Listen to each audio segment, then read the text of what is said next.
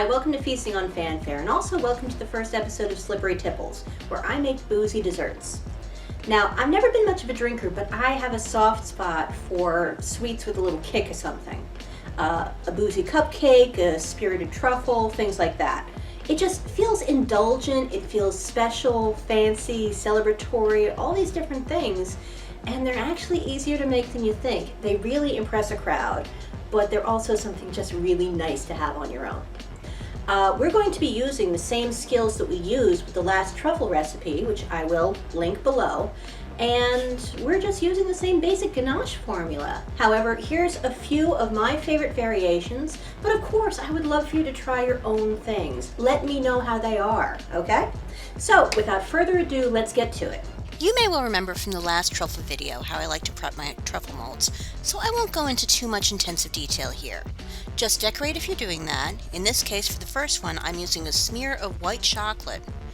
Then you pour in your melted or tempered coating chocolate, swoosh it up the sides in a nice even layer, either with a food grade paintbrush or a gloved finger like I'm doing, and then refrigerate the molds until your ganache is ready. Easy peasy. Moving on to the ganache, we will be making 3 different boozy variations today, so here's a little note.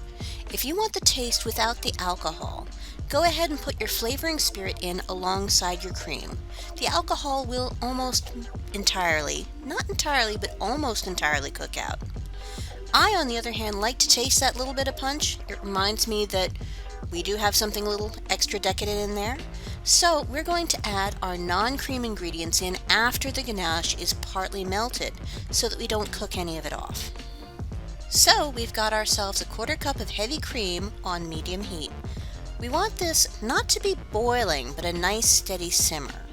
Once we've reached that, we take that off the heat and add our chocolate. I'm using about 9 ounces of chocolate chips here that I've chopped up to make them easier to incorporate. You know the drill by now. We just stir, stir, stir while this goes from chunky to slightly chunky to kind of gross to starting to come together and become glossy. Since we're adding a room temperature ingredient to something very hot, it's going to cool everything quickly, and we'll be able to add our first spirit without losing any alcohol to evaporation.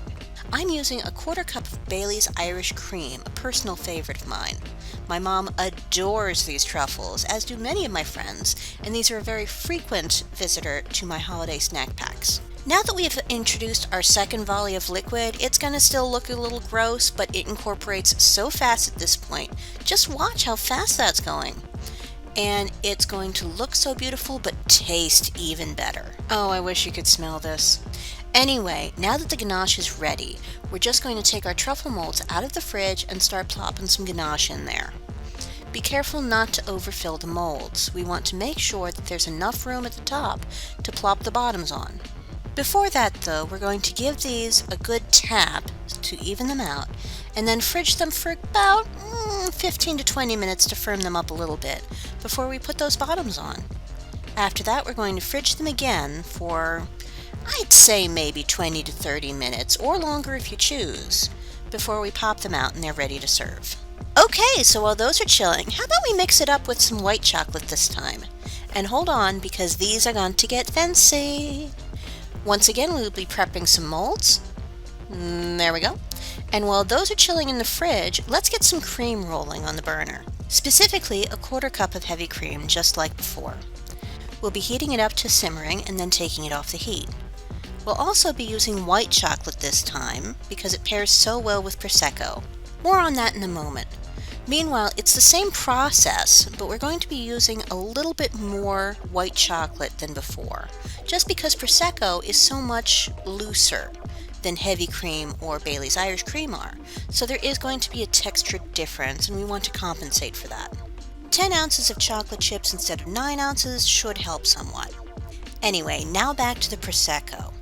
While we're stirring, just bear in mind you do not have to get expensive stuff for this.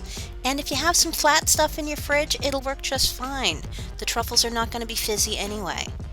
Also, this will work beautifully with any champagne or other sparkling wine you choose. I just happen to like Prosecco.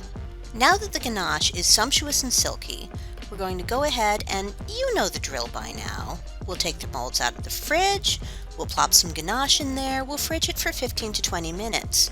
We'll take it out, we'll put the bottoms on, and we'll fridge it again for another 20-30 minutes or longer if you choose. Then they'll be ready. Now that's 2 beautiful truffles down, but I'm going to set up some more molds because I'm feeling like 3 is the magic number today.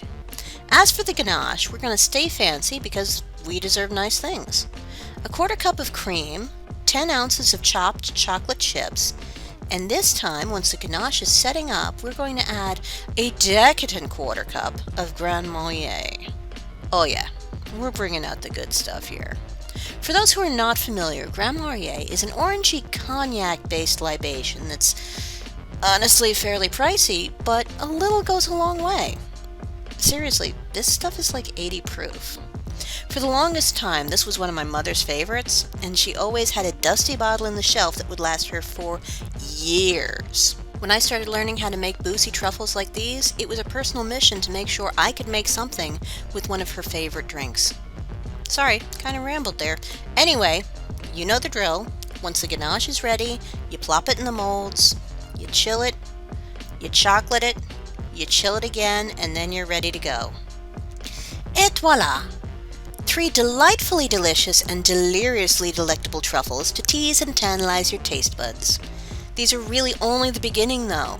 Do you have a favorite drink or spirit you want to try? Use this formula and see what happens. Do it! I dare you! And please let me know in the comments. I want to hear what works, I want to hear what doesn't. Meanwhile, let's get some opinions.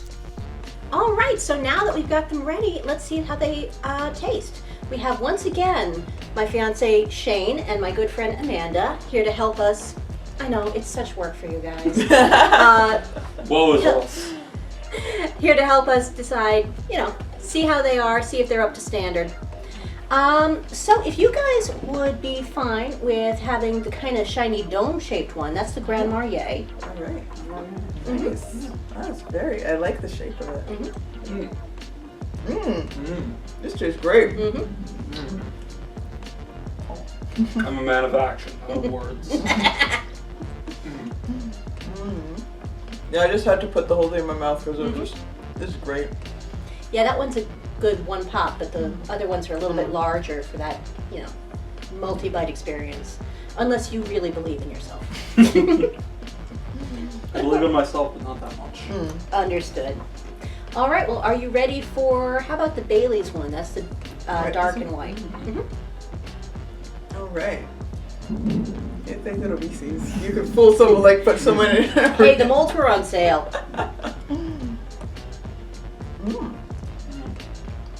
I always love your Baileys, so Oh yeah, I've been working with this one for a while, and Nice.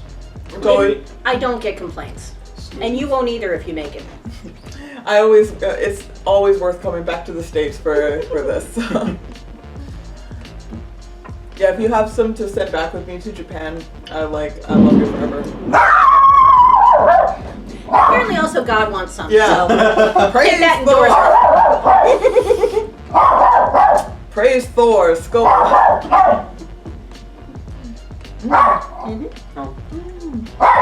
Somewhere out there, Billy Batson just said shit. I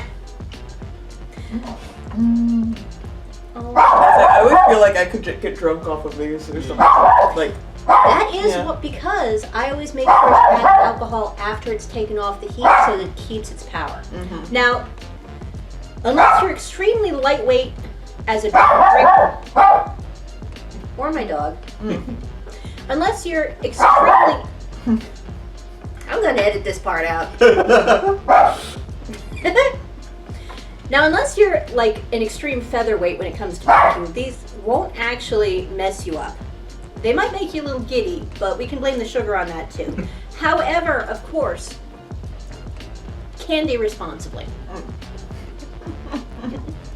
Now, when you guys are ready, so I see you're still chewing, I don't want to rush you, but we have the Prosecco, which will also work well with any sparkling wine. I should have brought some with me. Skull. Clink.